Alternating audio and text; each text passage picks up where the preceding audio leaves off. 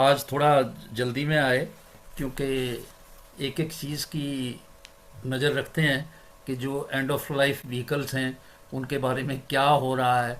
तो कई चीज़ें हैं, तो एक नई चीज़ की आज हम बात करेंगे जो सीएनजी के व्हीकल्स हैं या उस तरह के और दूसरे व्हीकल्स हैं। तो एक नोटिफिकेशन आया है 13 अगस्त को, और ये ड्राफ्ट रूल्स के बारे में है। ड्राफ्ट रूल्स के बारे में है। और आज हर हमारे कार्यक्रम में, हमेशा इस तरह के कार्यक्रम में हमारे एक्सपर्ट और भूतपूर्व deputy commissioner transport Shri Anil Chikkara साहब फिर से आज हमारे साथ हैं। तो हम अनिल चिक्कारा साहब का स्वागत करते हैं, क्योंकि इनके बारे में ये सब कोई कहना सब कुछ बेकार है, सब लोग इन्हें जानते हैं। और जो बड़े बड़े हमारे नेशनल डेलीज़ हैं, चाहे वो इंडियन एक्सप्रेस हो, हिंदुस्तान टाइम्स हो, टाइम्स ऑफ इंडिया हो, इकोनॉमिक टाइम्स हो, उसमें इनके लेख और इनके इंटरव्यू इस सब्जेक्ट के ऊपर छपते रहते हैं। और ये हमें हमारे चैनल पे आके और हमारे दर्शकों को ये बहुत ही उपयोगी जानकारी समय समय पे देते हैं। आज फिर हमारे साथ हैं। तो चिक्कारा साहब, आपका स्वागत है। नमस्कार। नमस्कार। नमस्कार सर। नमस्कार सभी दर्शकों को भी बहुत बहुत नमस्कार और सभी का स्वागत है। धन्यवाद। जी, चिक्कारा साहब, सबसे पहले आज हम बात करेंगे सीएनजी रिलेटेड व्हीकल्स की। इसमें परमिट होल्डर, प्राइवेट, और इसमें ईवी और क्या नहीं, सब कुछ। क्योंकि एक आम आदमी की क्यूरियोसिटी होती है कि भाई पेट्रोल की गाड़ियों का इतना है, डीजल की गाड़ियों की इतनी लाइफ है, तो ये जो सीएनजी है इनका क्या है, या हाइब्रिड होती है उसका क्या है। बहुत सारी क्वेरीज हैं, पूरा भरा पड़ा है अलग अलग चीज़ के, क्योंकि दो का तो है, बाकी कहते हैं कि अब और की बात करो।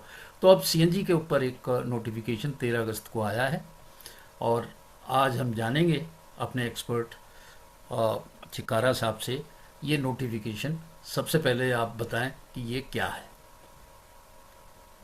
ये नोटिफिकेशन आया है परमिट कंडीशन के मामले में। यानी कि अगर हम थोड़ा सा भी प्राइवेट व्हीकल का ना सोचें, अभी हम कमर्शियल व्हीकल में बात करते हैं। तो कमर्शियल व्हीकल्स में एक होता है ऑल इंडिया टूरिस्ट परमिट, यानी जिसमें वो टैक्सियां भी आती हैं, बसेस भी आती हैं। तो अब उनकी जो एक लाइफ थी वो 12 साल की होती थी। तो 12 साल में नेशनल परमिट, जो एआईटीपी जिसमें टूरिस्ट परमिट की बात की जा रही है, तो वो 12 साल तक सीमित थी। तो सीएनजी गाड़ियों का प्लस इलेक्ट्रिकल गाड़ियां तो अभी आई नहीं है जो कि 12 साल पुरानी हो। हाइड्रोजन गाड़ियां अभी शुरू भी नहीं हुई है। तो रही बात है सीएनजी गाड़ियों की, तो सीएनजी गाड़ियों की एज जो थी वो 12 साल पूरी हो चुकी हैं। और तो अब उसके बाद में लोगों को स्क्रैप करानी पड़ती थी, एंड ऑफ लाइफ उनकी भी होती थी। तो केंद्र सरकार ने उनकी लाइफ 5 साल बढ़ा दी है, 12 से उनको 17 कर दिया है। और जो लोकल परमिट भी जो थे, जो दूसरे परमिट थे, उनको भी 15 से 20 कर दिया गया है। तो ये एक तरह से अब वो री रजिस्ट्रेशन, जैसा कि हमारे पूरे देश में प्राइवेट व्हीकल को भी फिटनेस कराकर, ऑटोमेटेड फिटनेस कराकर 5 साल की वैलिडिटी देते हैं, तो इसी प्रकार से सीएनजी गाड़ियों को भी एक एक्सटेंशन मिलेगी। तो ये एक नोटिफिकेशन जो अभी पिछले हफ्ते आया है, तो ये एक बहुत बड़ा इंडिकेटर है हमारे लिए एक अच्छी न्यूज लाने का। और इसमें प्रयास हमारे सभी लोगों का है, जो हम लोग सरकार को भी धीरे धीरे अवेयर करते रहते हैं। चिक्कारा साहब, ये बात तो सही है कि 12 से 17 साल होगी, 5 साल लोगों को जो सीएनजी पे जो परमिट थी, ऑल इंडिया टूरिस्ट परमिट, उनको फ़ायदा हुआ है। पर सवाल सीधा एक और उठता है कि जो प्राइवेट सीएनजी है उनके बारे में क्या। आज मैं एक आपको एक नई सूचना देता हूं। क्योंकि ये नोटिफिकेशन आने के बाद मैंने कुछ अधिकारियों से संपर्क किया। अधिकारी भी बहुत जिम्मेवार अधिकारी, जिसमें government of India, ministry of road transport के भी थे, दिल्ली सरकार के भी थे।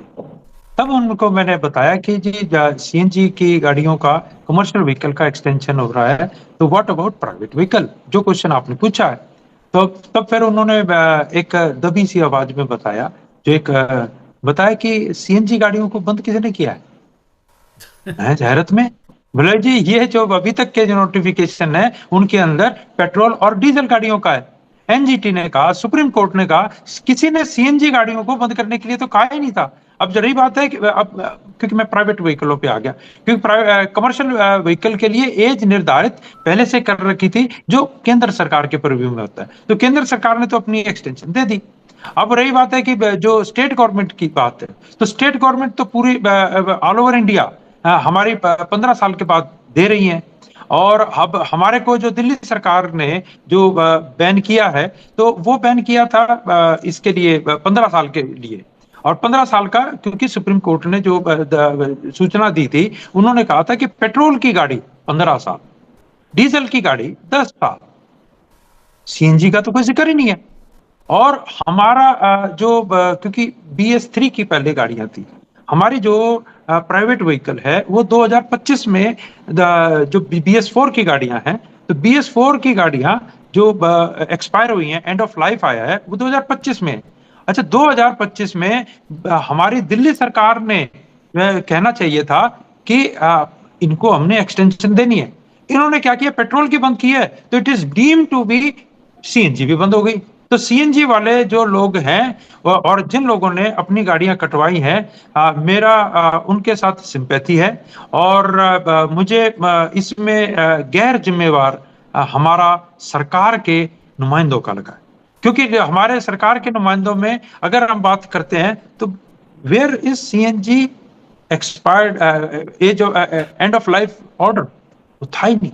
तो यहाँ एक बात लोगों को बतानी है, क्योंकि ये इसमें आज की तारीख में मेरिट की तो कोई बात नहीं कर रहा। जो भी बात कहता है कि जी सुप्रीम कोर्ट ने कहा है। अभी एक हमारे मंत्री साहब से भी जो हमारी बात हुई, तो उन्होंने भी कहा कि जी हमारे सुप्रीम कोर्ट ने मना किया है, तो हम इसलिए ये काम नहीं कर सकते। अच्छा, फिर अब वो कहते हैं जी सीएक्यूएम के बात चले। अब जहां हम सीएक्यूएम की भी बात करते हैं, क्योंकि सीएक्यूएम के अधिकारियों से भी मेरी चर्चा होती है, मैं आपको बताऊं कि जी सीएक्यूएम के पास भी पुरानी गाड़ियों के emission data, emission testing, emission studies नहीं हुई है। और केवल कि गाड़ी स्क्रैप करो स्क्रैप करो। और अभी हालांकि अब तो जो परिवर्तन स्कीम भी आई है, तो उसके अंदर भी इलेक्ट्रिकल व्हीकल और BS6 सीएनजी व्हीकल की बात की जा रही है। और हमने पहले भी आपके चैनल पे बताया भी था कि BS4 और BS6 technically they are almost same. तो अब और फिर दूसरी बात कि BS4 गाड़ियों को स्क्रैप करने का कोई आदेश मुझे तो मिला नहीं, ना मेरे को किसी अधिकारी ने दिया, लेकिन प्रैक्टिस में हमारे जरूर है।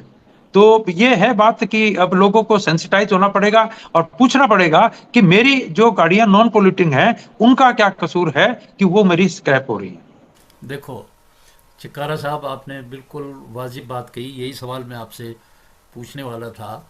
कल हम एक जो रिटायर्ड पुलिस ऑफिसर्स की एक मीटिंग में मैं था, तो उसमें एक बड़े सीनियर अधिकारी की गाड़ी को MCD के लोग उठा के ले गए पार्किंग से, स्क्रैप करके, और उनके खाते में पैसे भेज दिए। कुछ एक तरफ सुप्रीम कोर्ट का ऑर्डर है, BS4 गाड़ियों के ऊपर कोई भी कोर्सिव एक्शन नहीं होगा। पीछे बहुत बार हम इसके ऊपर बात कर चुके हैं। और दूसरा, कोई ट्रैफिक का नहीं उठा रहा, ट्रांसपोर्ट डिपार्टमेंट नहीं उठा रहा, एक ऐसा डिपार्टमेंट उठा रहा है जिसका व्हीकल से कोई लेना देना नहीं है, MCD। और उन्होंने भी किसको दे रखा है? कॉन्ट्रैक्टर्स को दे रखा है। कॉन्ट्रैक्टर में भी किसके? वो अनपढ़ बिल्कुल वो लोग, अपने लिया और गाड़ी का ये देखा और उठा के ले गए। उनका इंटरेस्ट गाड़ी को स्क्रैप करने में है। दूसरी बात जो आपने कहा कि जो पेट्रोल की गाड़ियां हैं, उनसे कैसे इन्होंने एनालॉजी सीएनजी की मिला ली। दो बातें डिफरेंट हैं। एक तो पॉल्यूशन की वजह से गाड़ी को रोड वर्दी ना मानना कि ये गाड़ी पॉल्यूटिंग है। सीएनजी तो पॉल्यूटिंग है नहीं। और एक जो है वैसे ही पूरी गाड़ी का, जैसे पहले भी था कि भाई कॉमर्शियल व्हीकल्स जो हैं वो 15 साल में उनकी उनको री रजिस्ट्रेशन करना पड़ेगा, और जो दूसरे व्हीकल है उनकी 20 साल मोटर व्हीकल एक्ट में है। चलो वो बात दूसरी हो गई। इन्होंने इसके साथ, पेट्रोल के साथ सीएनजी को जोड़ा, प्राइवेट वाले को। ये कौन ऐसा बुद्धिमान है जिसने इनको लिंक किया है भाई? और गाड़ियां उठा ली सीएनजी की प्राइवेट, उठा के कटवा दी वो गाड़ियां। तो क्या इनके ऊपर कल को कोर्ट में जाएंगे तो भरपूर जुर्माना भी होगा, और नई गाड़ी के पैसे नहीं देने पड़ेंगे इनको वापस। और इतने दिन जो उसने सहा बिना गाड़ी के, तो वो जो पीड़ा है उसके भी पैसे कोर्ट कैलकुलेट करता है।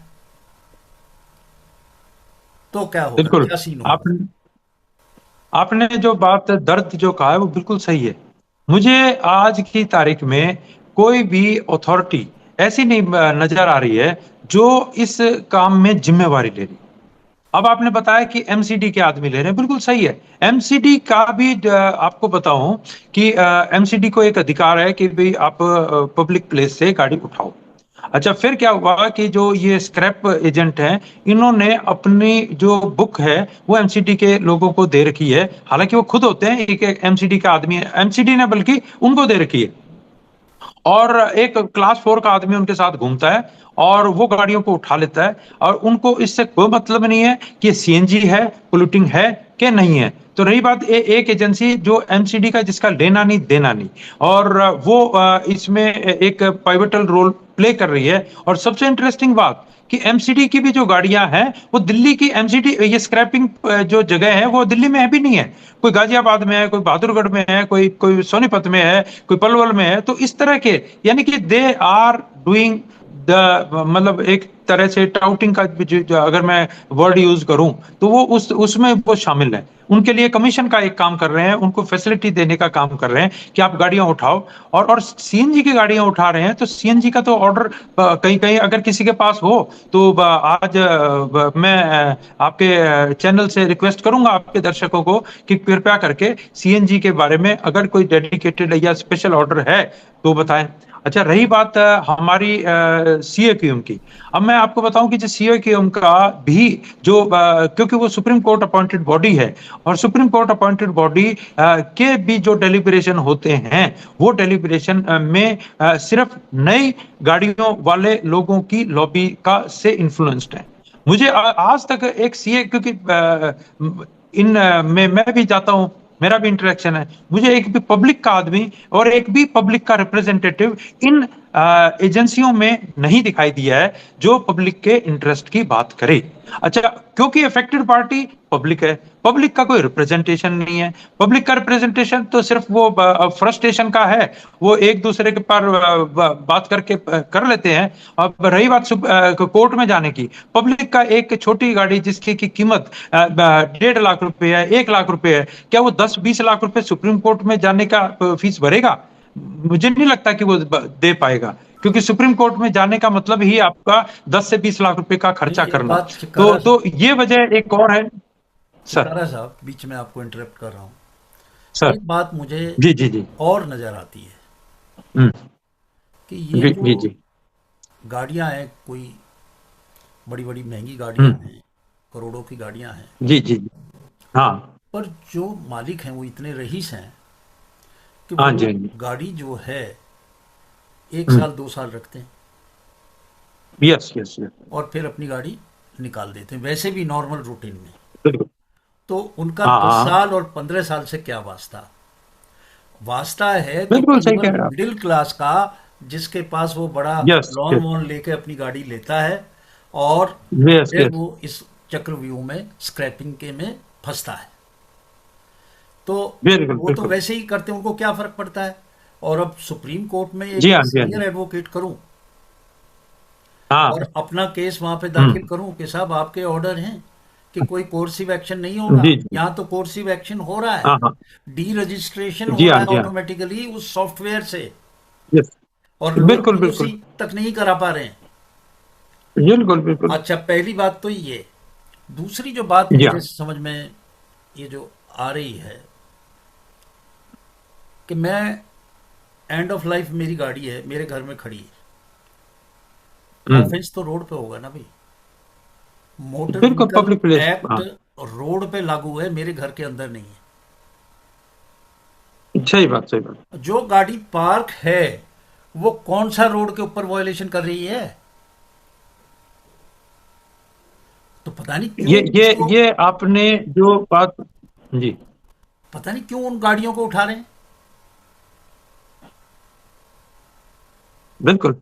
आप देखा भी होगा, आपका तो थ्रू आउट कैरियर भी ट्रैफिक में रहा है, तो आपने भी चालान चलती गाड़ियों के किए होंगे।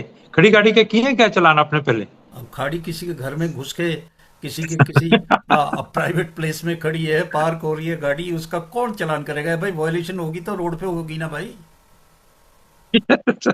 खड़ी गाड़ी का वायलेशन। और कौन सा अधिकार दे तो दिया? अब मुझे लगता है उनके पास कोई ना कोई छोटा मोटा ऑर्डर किसी अधिकारी का जरूर होगा, एमसीडी के जो लोग हैं। नहीं, देखिए सर, एमसीडी के पास जो, जैसे मैंने पहले बताया कि उनके पास पब्लिक प्लेस पर कोई भी अगर जैसे कूड़ा पड़ा है तो कूड़े को वो उठाते हैं। तो उनके they treat them as a कूड़ा and which is hindering public place usage. तो वो उस अपने उस आदेश के अनुसार इन गाड़ियों को स्क्रैप वैल्यू वेट के हिसाब से करते हैं। वो उनका जो फाइन भी लगता है एमसीडी का, वो वजन के हिसाब से लगता है। तो वो उन्होंने तो बेसिकली वो मोटर व्हीकल एक्ट के प्रोविजन पे नहीं उठा रहे, वो अपने म्यूनिसिपालिटी के एक्ट पे उठा रहे हैं कि ये पब्लिक प्लेस पर कोई ऐसा लावारिस ऑब्जेक्ट पड़ा है, या जैसे कूड़ा पड़ा है, कबाड़ा पड़ा है, तो ये कबाड़े को ट्रीट करके ये उस प्रोविजन को घुमा के इस्तेमाल कर रहे हैं, और इसीलिए वो मोटर व्हीकल एक्ट से बच के काम कर रहे हैं। तो बट काम मोटर व्हीकल एक्ट का हो रहा है। तो यहाँ पे जो देखा जाए, तो मैं जब बार बार भाई बात ऐसा कहता हूँ इस सारे चिक्कारा साहब, एपिसोड के बारे में। जी, कोई चिक्कारा साहब, जिम्मेवारी तो ले ये कोई। ये सर। इतना बड़ा रईस देश कब से हो गया कि जो अच्छी भली जी। गाड़ियां हैं लाखों रुपए की, वो जी। कूड़ा हो गई हैं? अरे पार्किंग में एमसीडी खड़ी है, जो जो आप उसकी पार्किंग फीस ले रहे हैं या पार्किंग वहां पे फीस नहीं है, उसने खड़ी कर रखी हाँ। है, उसकी बात आप कर सकते हैं, उन प्रोविजंस की कर सकते हैं। यस। पर ये थोड़ी है कि आप गाड़ी उठा के ले यस। जाएंगे और उसको स्क्रैप करा देंगे। आपको मैं एक हल्का सा थोड़ा सा बताऊं। चाहे वो कमर्शियल व्हीकल हो चाहे प्राइवेट व्हीकल हो, हमारा डिफॉल्ट उनसे 4,000 रुपए पर ईयर कमर्शियल व्हीकल से लेते हैं पार्किंग का। और पार्किंग कोई दे नहीं रखी, parking is only on the road. अच्छा, हमारी जो पर्सनल गाड़ियां हैं इन पे भी करीबन 4,000 हमसे एक वन टाइम फीस ले चुके हैं, जो पार्किंग की फीस है। तो पार्किंग की फीस तो आपने 4,000 रुपए सड़क पे खड़ी करने की हमसे ले रखी है। और उसके बाद में, हाँ, ये भी बात तो आपकी सही है कि भाई अगर चलो जी आपने कहा है कि इसकी एज पूरी होगी, आप पार्किंग फीस ले लो।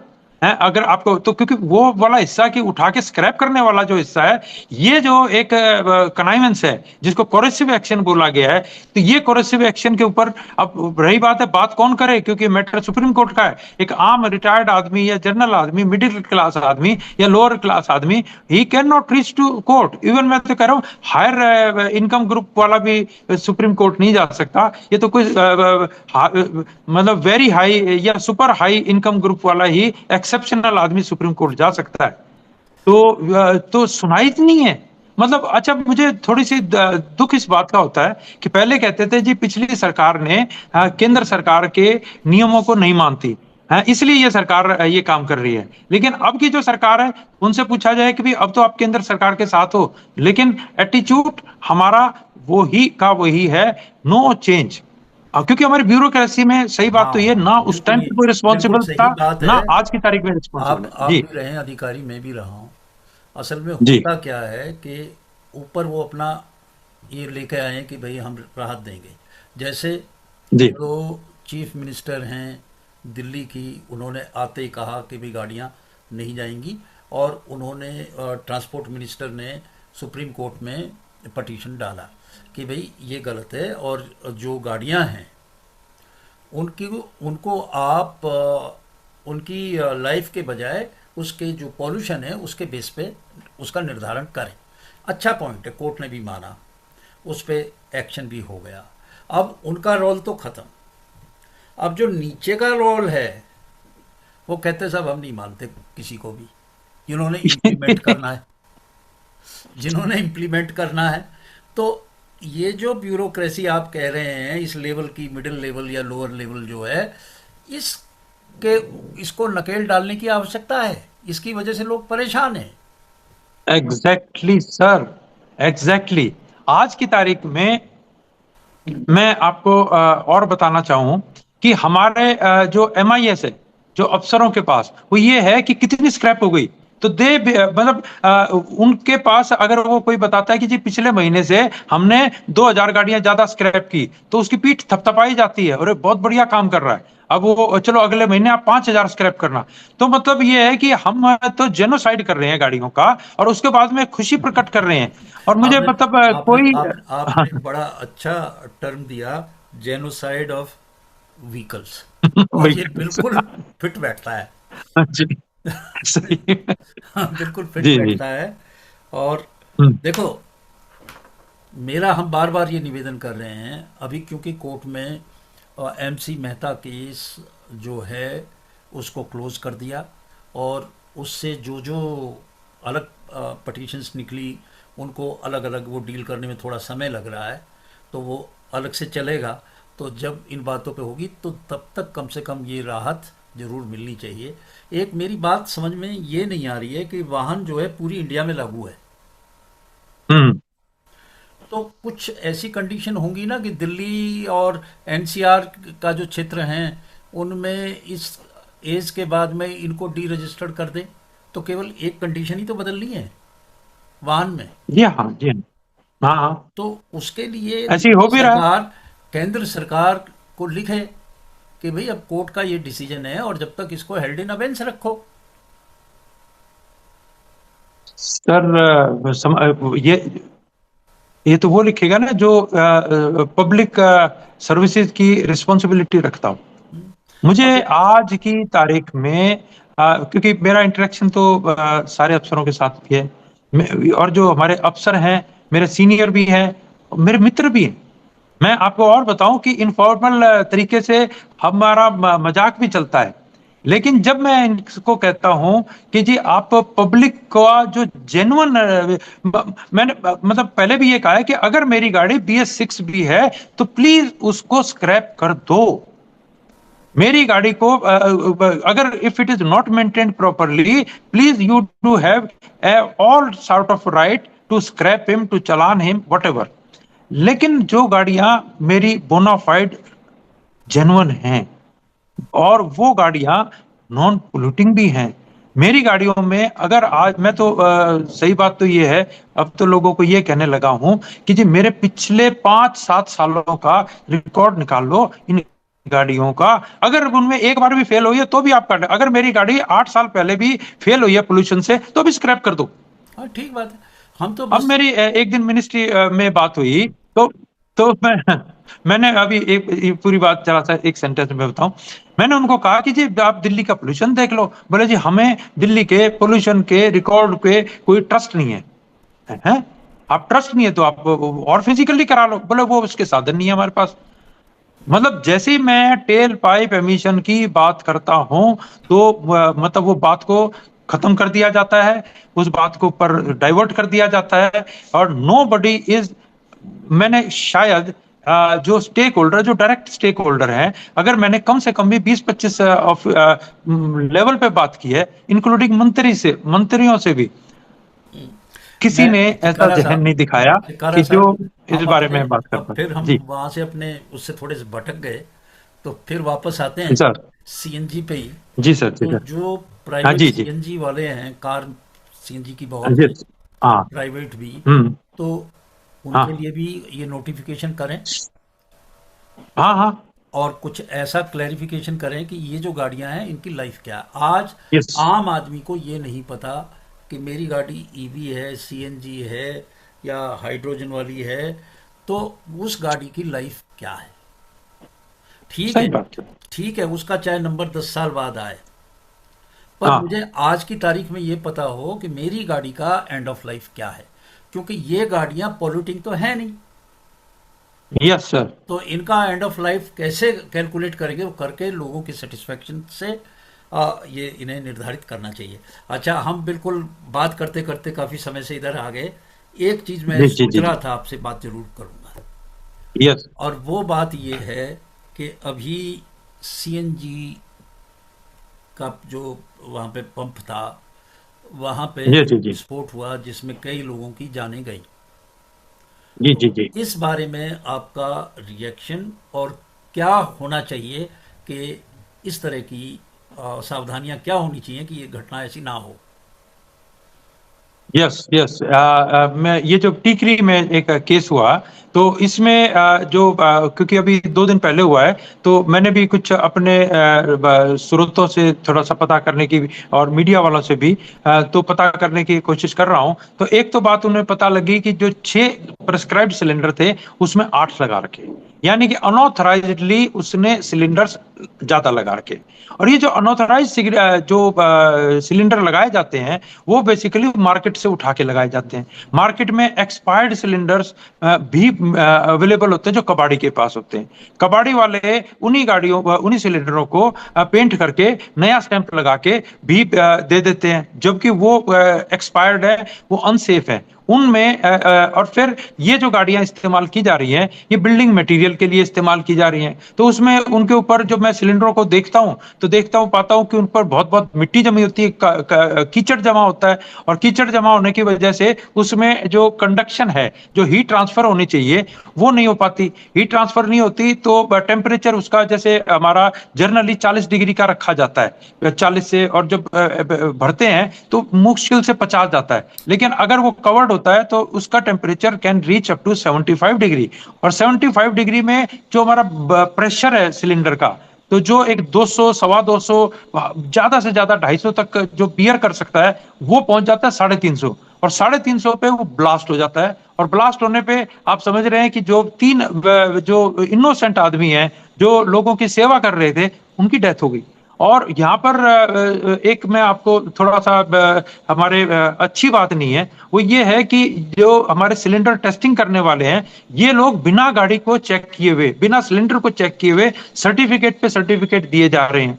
अब हो क्या रहा है कि दिल्ली की गाड़ी है, तो दिल्ली की गाड़ी मेरी रोहतक नहीं जाएगी। मुझे रोहतक का सर्टिफिकेट, मैं उनको नंबर दूंगा गाड़ी का, और वो गाड़ी का नंबर का वो सर्टिफिकेट मुझे 2 घंटे में ला के दे देंगे, और वो मैं फिटनेस करा लूंगा। तो जो जिस चीज पे मेरे मान लिया 4 या 5 हजार रुपए लगने थे, मैं 1,000 रुपए में मैं सारी अपनी ट्रक के सारे फिटनेस, सॉरी सॉरी, ये हाइड्रो टेस्टिंग मैं करा लेता हूँ। तो ये एक बहुत बड़ा फ्लॉ है हमारे, जो मुझे समझ में नहीं आया कि जब हमारे फिटनेस के टाइम पे हमने ये ऑनलाइन सिस्टम किया था कि जी आपके अगर जो आरएफसी, मतलब ये जो हाइड्रो टेस्ट वाले जो लोग हैं, इनका एक एनआईसी से हमने सॉफ्टवेयर बनाने की बात करी थी, और उसको शुरू भी किया था कि जी वो ओरिजिनल जिनकी टेस्टिंग हुई है वो ही गाड़ी फिटनेस करा पाएंगे। लेकिन अब वो डॉक्यूमेंट देखना, क्योंकि ईज ऑफ बिजनेस, हमारा एक जो ये ईज ऑफ बिजनेस का जो कंसेप्ट शुरू हुआ है, ये इसने हमारे सेफ्टी पैरामीटर को बहुत दूर करते चले गए।